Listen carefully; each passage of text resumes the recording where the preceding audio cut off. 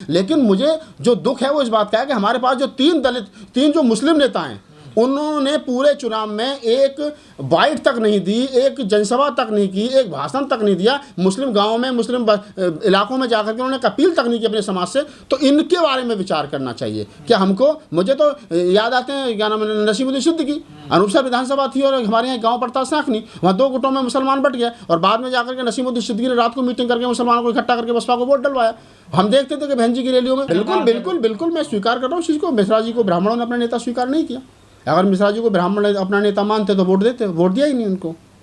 तो ये आप मानो ना कि तो भाई जब हमारे नेता के कहने से वोट नहीं मिल रहा तो नेता कब है? तब उसके पीछे जनता है, और जब जनता ही नहीं तो नेता कहाँ है फिर?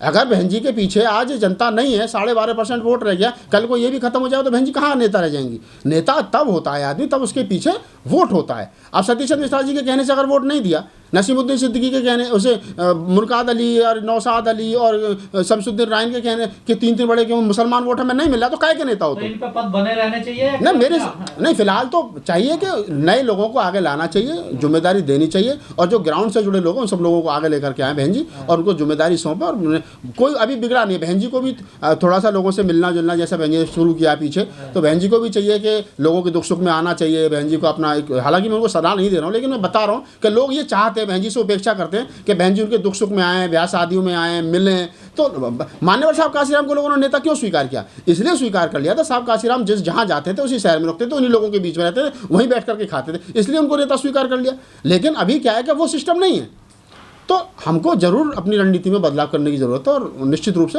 कुछ ना कुछ बेहतर होगा। कुछ लोगों ने अखिलेश यादव को अपना नेता मान लिया है, जैसे जो चले गए, बस पश्चिमी उत्तर में बहुत सारे नाम बता सकता हूँ। अखिलेश यादव के साथ चले गए, जयंत चौधरी के साथ चले गए, क्या नहीं साहब वही हमारा नेता है, और हम तो क्या नाम है, वो भी बहुजन की बात कर रहा है, तो कोई ज़्यादा फर्क नहीं है। तो कुछ लोग चले गए, क्या वो लोग वापस आएंगे? क्या हम लोगों बहुजनों की बात तो बीजेपी भी कर रही है, तो हाँ, बीजेपी से भी मैं बता रहा हूँ ना कि जो कैडराइज आदमी है, जो फूले अम्बेडकरी आंदोलन को समझता है, जिसको मालूम है कि बाबा साहब डॉक्टर अम्बेडकर ने क्यों कहा था, मान्यवर साहब काशीराम ने क्यों कहा था कि एक नागनाथ है एक सांपनाथ है, उसके बाद में मान्यवर साहब काशीराम ने उनको क्या नाम है, मुलायम सिंह यादव को पार्टी बनवाई, फिर उनके साथ गठबंधन किया, फिर सरकार बनाई, बहुत सारी बातें हो सकती हैं, लेकिन सच्चाई की बात यही है कि हमको अपने जो हमारा मेन फोकस है SC ST OBC माइनॉरिटी, जो 6743 जातियों को मिलाकर के बहुजन समाज जिसको हम कहते हैं, उन पर हमें काम करना पड़ेगा। ये मान्यवर साहब ने बहुजन समाज पार्टी बनाई थी, मतलब बहुजनों की पार्टी बनाई थी, बहन जी ने उसको सर्वजन कर दिया और मीडिया ने उसको चमारजन कर दिया। अब ये चमारों की पार्टी रह गई, केवल चमारों के, चमार भी है नहीं प्रॉपर, तो ब्राह्मणों की पार्टी। ब्राह्मण कहाँ है? ब्राह्मण तो सतीश चंद्र मिश्रा जी ने वोट कहाँ दिया? ब्राह्मण एक ब्राह्मण बताओ तो यहाँ वोट पड़ा हो? ब्राह्मणों का तो वोट नहीं मिला। अगर ब्राह्मणों का वोट मिलता तो स्थिति अच्छी होती। हमारा तो अपना वोटर भाग गया ब्राह्मण को लाने के चक्कर में, ब्राह्मण को अपने साथ जोड़ने के चक्कर में हमारा अपना वोटर भाग गया। तो जितनी मेहनत हमने, जैसे मैंने कहा ना कि मैं माननीय सतीश चंद्र मिश्रा जी का सम्मान करता हूँ, पार्टी के बड़े नेता हैं, लेकिन हमको ये भी मालूम होना चाहिए, ये भी पता होना चाहिए कि सतीश चंद्र मिश्रा जी ने मेहनत की, लेकिन जितनी मेहनत सतीश चंद्र मिश्रा जी ने की, क्या उतनी मेहनत किसी दूसरे नेता ने की? क्या मुस्लिम नेता हमारे पास में 3 है, मुनकाद अली है, नौशाद अली है, शमसुद्दीन राय है, क्या उन्होंने एक भी जनसभा जाकर के मुस्लिम बस्तियों में की? क्या उन्होंने ये जानता कौन है सर जिन नेता? तो फिर पार्टी में रखा क्यों है जब जानता नहीं है? तो क्या है, क्यों उनको राज्यसभा सांसद बनाया जा रहा है?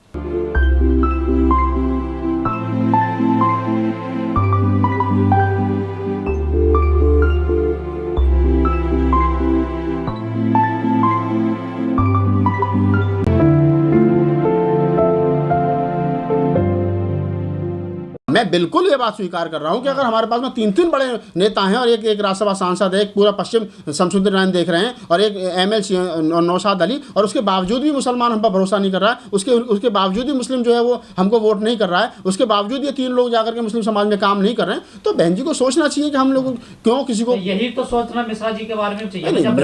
देखिए मिश्रा जी के बारे में क्यों नहीं सोचना चाहिए, मैं कारण बता रहा हूँ कि उन्होंने काम किया।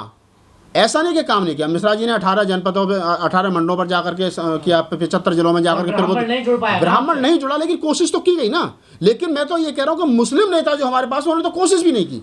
ब्राह्मण सम्मेलन के नाम पर वहाँ दलित इकट्ठे हो रहे थे सर। बिल्कुल, ये सच्चाई है। हमें भी मालूम है कि जब गाजियाबाद में ब्राह्मण सम्मेलन हो रहा था तो वहाँ 5 ब्राह्मण ऐसे ढूंढ करके नहीं मिल पा रहे थे जो अगली पंक्ति में बैठ जाएं।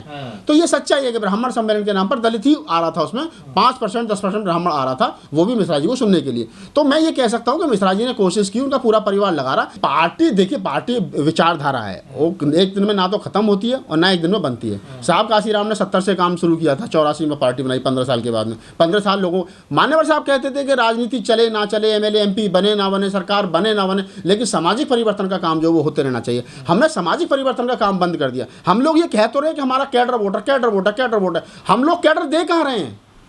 हम लोग फूले अम्बेडकर आंदोलन को नए आने वाले युवा को समझा कब रहे हैं? हाँ, तो वो देखिए, मैं बता रहा हूँ आपको गजेंद्र जी कि पहले 2 प्रकार के, मतलब 2 प्रकार से उसको हम लोग करते थे। पहले जाति की राजनीति हावी थी यूपी में। आप देखेंगे कि जाति की राजनीति होती थी तो यादव यादव के साथ जाता था, जाट जाट के साथ जाता था, मुस्लिम अगर प्रत्याशी तो मुस्लिम के साथ जाता था। लेकिन अब पिछले 10 साल में ये राजनीति में डेंट लगा है। वो डेंट इस प्रकार लगा, अब धर्म की राजनीति हो गई है, अब जाति की राजनीति नहीं है। अब जैसे योगी जी ने कहते हैं कि 80-20 का चुनाव है, 80% हिंदू 20% मुसलमान, तो उनका तो स्पष्ट है कि हमें तो मुसलमानों को वोट चाहिए नहीं, लेकिन 80-20 करके उन्होंने सारे हिंदुत्व को एक इकट्ठा कर लिया। हम अभी पुराने वाले ढर्रे पे चल रहे हैं क्या? नहीं, इतने % जाट है, इतने % जाटव है, इतने % मुसलमान है, ये मिल जाएगा, ये मिल जाएगा, ये मिल जाएगा, हम जीत जाएंगे। लेकिन हम वो नहीं देख रहे कि वो जो योगी है, जो बीजेपी है, जो मनुवादी सोच के लोगों, उन्होंने बड़ा गेम कर दिया और हम उनके बड़े गेम में फंसते चले गए। तो अभी जो अखिलेश यादव की भी जो स्थिति है वो भी कोई बहुत अच्छी नहीं है। 14-15 पार्टियों से गठबंधन करने के बाद में आप 100-125 सीट ला रहे हो। अगर वो भी हमारी तरह अकेले लड़ते तो उनकी स्थिति हमसे भी ज़्यादा भयंकर खराब हो जाती।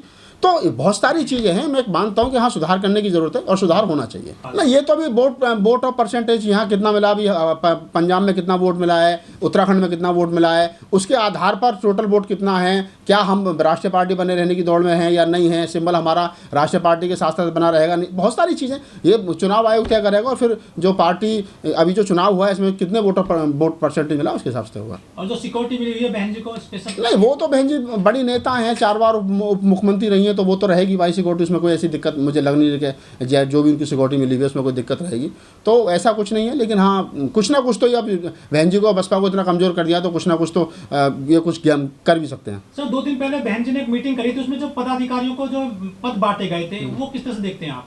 नहीं, मैं तो कह रहा हूँ कि हाँ, जिस प्रकार से बहन जी राष्ट्रीय अध्यक्ष हुई और बाद में फिर आकाश जी को राष्ट्रीय कोऑर्डिनेटर बना दिया, आनंद जी को राष्ट्रीय उपाध्यक्ष बना दिया, तो इसमें और भी लोगों को सेट किया जा सकता है। और उपाध्यक्ष कोई दूसरा ओबीसी समाज का बन सकता है, मुस्लिम बन सकता है। अब हमको अपना विचार भी चाहिए, जैसे हम हर जिलाध्यक्ष शेड्यूल कास्ट में जाटा भी बनाते हैं, तो जहाँ मुस्लिम इलाका है तो हम मुस्लिम भी बना सकते हैं, ओबीसी बना सकते हैं। तो हमको सबको साथ लेकर के चलना, तो फिर सबकी भागीदारी करनी पड़ेगी। अभी लोग विरोध कर रहे हैं कि बहन जी ने परिवारवाद को इतना बढ़ावा दे दिया, खुद अध्यक्ष भैया, उपाध्यक्ष भतीजा, राष्ट्रीय कोऑर्डिनेटर, तो ये विरोध तो हो रहा है ना। तब इसमें क्या वास्तव में सुधार हो पाएगा या फिर ये सब ऐसे ही चलता रहेगा? ये दरअसल बहुत सारी उम्मीदें जो है बसपा के साथ जुड़ी हैं और लोगों का भविष्य जुड़ा है। बाबा साहब का जो सपना था, जब मानवर साहब काशीराम कहते थे कि 21वीं सदी हमारी है, कहाँ 21वीं सदी हमारी?